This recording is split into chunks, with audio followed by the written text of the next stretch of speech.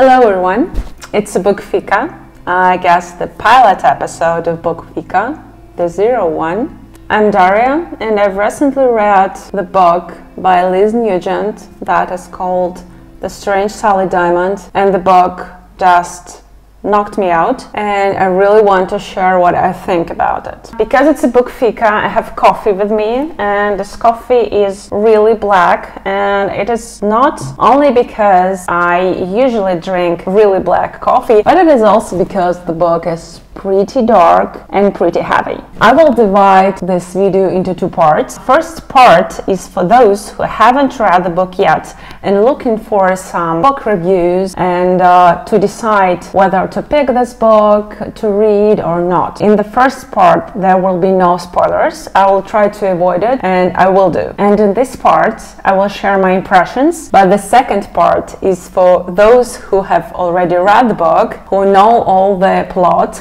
and for those who are looking for other people's impressions on the book to understand, does anyone feel the same as you do after you read the book? There will be spoilers if you don't want any spoilers, because I guess that book worth reading not knowing what will be in the end. So let's get to the first part. In short, the book is awesome. I really liked it. I really liked the author's style. I was thrilled by the way she twisted everything in such a way that you read thinking that this and this will happen, like the hero will do that, the hero will do that, and this. But then, no, author surprises you with unexpected plot twist, and then she escapes into the sunset until the next episode, and you rush through the pages to find out what happens next. I don't remember any book like this read before, because I was expecting a lot of plot twists that are kind of usual, but Liz Nugent creates really unexpected steps of her characters. That's incredible, actually, I think. The story begins with the main character, whose name is Sally, when she is burning her deceased father with the garbage in the backyard of their house. Like, interesting beginning, yeah? Because he told her to do so after his death. Sally understands instructions perfectly well, but she doesn't quite get the jokes. But this was definitely a joke. Her neighbors in the village find out about that by chance. She tells them by herself when she picks up mail in the post office in the village, and she refuses father's pension due to his death. She tells them that he's dead, I'm not going to take his pension because of it. And from there everything spins. Her village neighbors are really surprised by that, because she tells like, oh yeah, I burned him in the garbage in our backyard of our house. He told me to do so, like I did this because of that. And when you're reading, you're like, what? Like, why did you do so? Like, it was definitely a joke, but like you do not expect what will be next. When you read this, you might think that this is a story about a person with inadequate social skills, like the story about how the police will come after her now and there will be quite a bit of drama. But no, the first few pages weren't pleasant to read for me, because Sally gave me the impression of being a sociopath. This really is not a pleasant part of reading, but I decided to give the book a chance, and it surprised me. Actually, everything in the book turned out to be much more complicated than just Sally being a sociopath.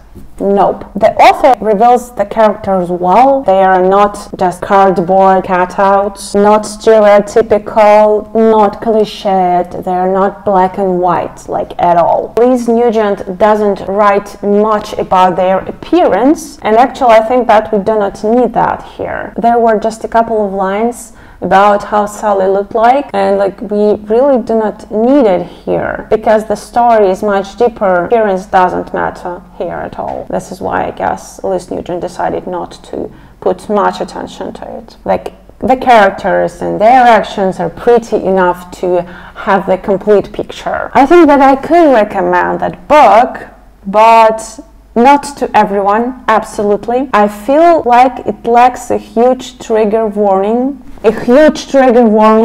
because the book is very heavy and it is really unpleasant in several places. I don't condone violence and I don't support violence in any forms, never. But some of the characters written by Liz Nugent, they really do deserve a good punch in the face. And you will understand why if you would pick this book to read. The author describes the dialogue and the thought process of these characters so well that you feel strong negative emotions towards these characters. You have to realize that reading this book might not be easy if you are as emotionally sensitive as I am. Like, you have to understand how emotionally sensitive you are to understand will you be able to bear this if you pick this book to read. Like, if you, for example, if you pick this book and if you read this and you feel a lot of heavy, depressing emotions, close it, put it somewhere, like, do not continue. It's fine. It's fine not to end reading books if you don't want to, if you don't like them. If they make you feel sick, like, do not read them, please. Like, please. Like, one more time. Can I recommend this book if you haven't read it? With difficulty, but yes, it's wonderfully written, it's intricately twisted, and you will find it very difficult to put it down. On the other hand, if you are emotionally sensitive and stories where children are subjected to violence, they deeply disturb you, like, do not read this book. Believe me, you don't need it, seriously. Despite the author's brilliant writing skills and her ideas and the plot twists and the way that you cannot stop reading this because the story twists in unexpected ways, no. If you're too sensitive, just don't take it. And let's move to the second part with spoilers. Oh god, I was shocked by the ending of the book. When I finished reading, I went to my husband and said, this book is up. I had like this face expression and I was like, why? Like, do you remember the Sheldon Cooper reading the paper, like, why? Oh, that's why. This was my opinion on the book. I had some time to digest the story after I read it because I closed it and I was like, what was that? Like, oh. And in 2 days after that, I don't remember, like, drinking coffee or doing something. I was like, oh, that's why. In the book, you expect Peter/Steven, having seen everything that his father did, still understanding all the horror in which he, his mother, and his father's second captivity lived. I hope that he'll tell Sally everything when he met her. But no! You've seen all this horror that person made to him, made to his mother, made to the second captive person, but he didn't say anything. I was waiting for it. I was reading and was like, when will you tell her? When will you tell her the real story? But he did not. And I was like, no. That really disappointed me. The author surprises us here again. Peter conceals the truth from Sally, which is unexpected on my side. And then he rides off into the sunset, settles in a small town in the United States, and builds a shed to lure a woman there, just like his father did. Like, this part just blew my mind.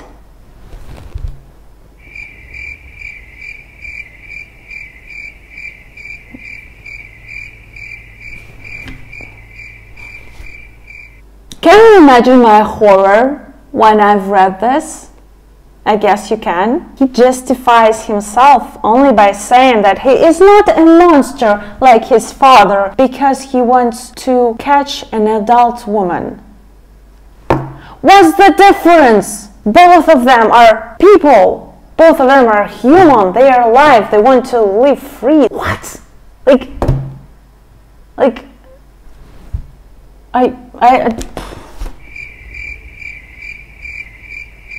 I don't know. Like, I'm telling about this right now to you, and I think that I feel the same emotions that I felt when I was finishing reading the book. Oh my god. And this person, this character, he believes, of course, that this adult woman that he's gonna catch will love him, of course. I'm really horrified by the thought that in this particular universe of this book, for example, if that book has the second part, like I can imagine that it happens in the universe of that book, that he really catches person, and because this character is only around 50 years old and he can still live quite a long life, and this scares me even more.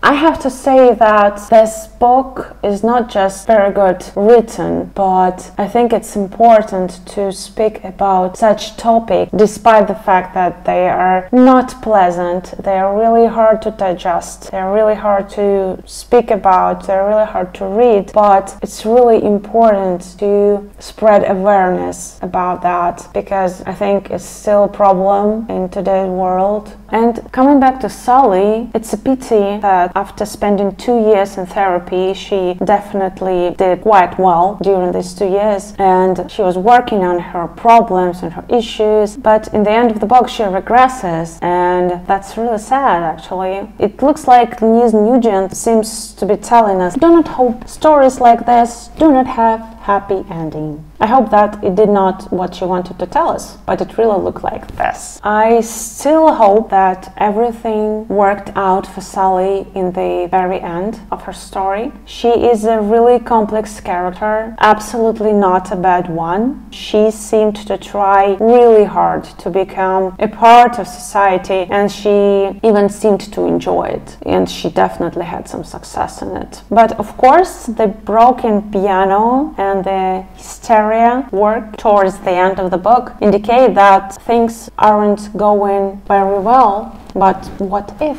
I just hope that, yes, she had some regrets at the end of the book, but it looks like the story continues. The story of Sally, the story of Peter, both these lines will continue. And I hope that she will be fine. I really hope that she will be okay as a character, because you really sympathize with her during reading her story. Everything is not what it seems. This is what you think when you read this book. The main character is not a sociopath, but she's a broken girl who her adoptive father carefully shielded from the outside world, but solely for his own professional interest, which I really did not like. This character who is already dead in the beginning of the story, but you get to know his character during the story because you read his notes, you read these letters he wrote to her, and you get to know him better. I don't know what about you, but I didn't like him. He was like okay, but when you move toward the end of the story,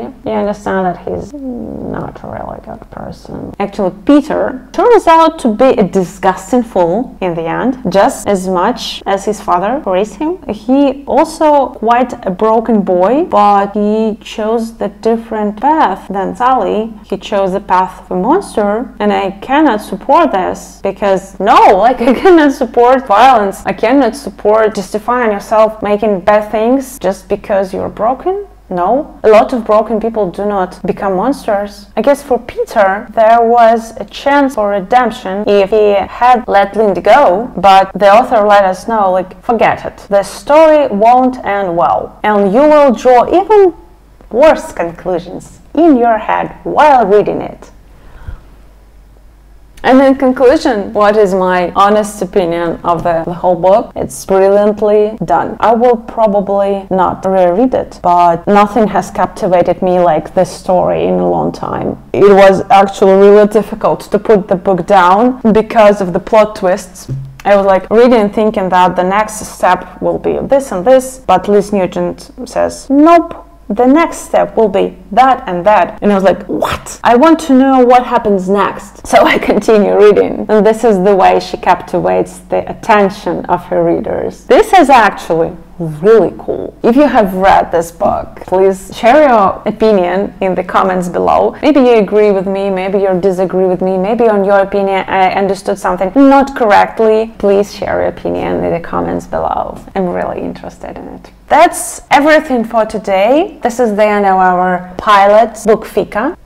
See you next time. Bye.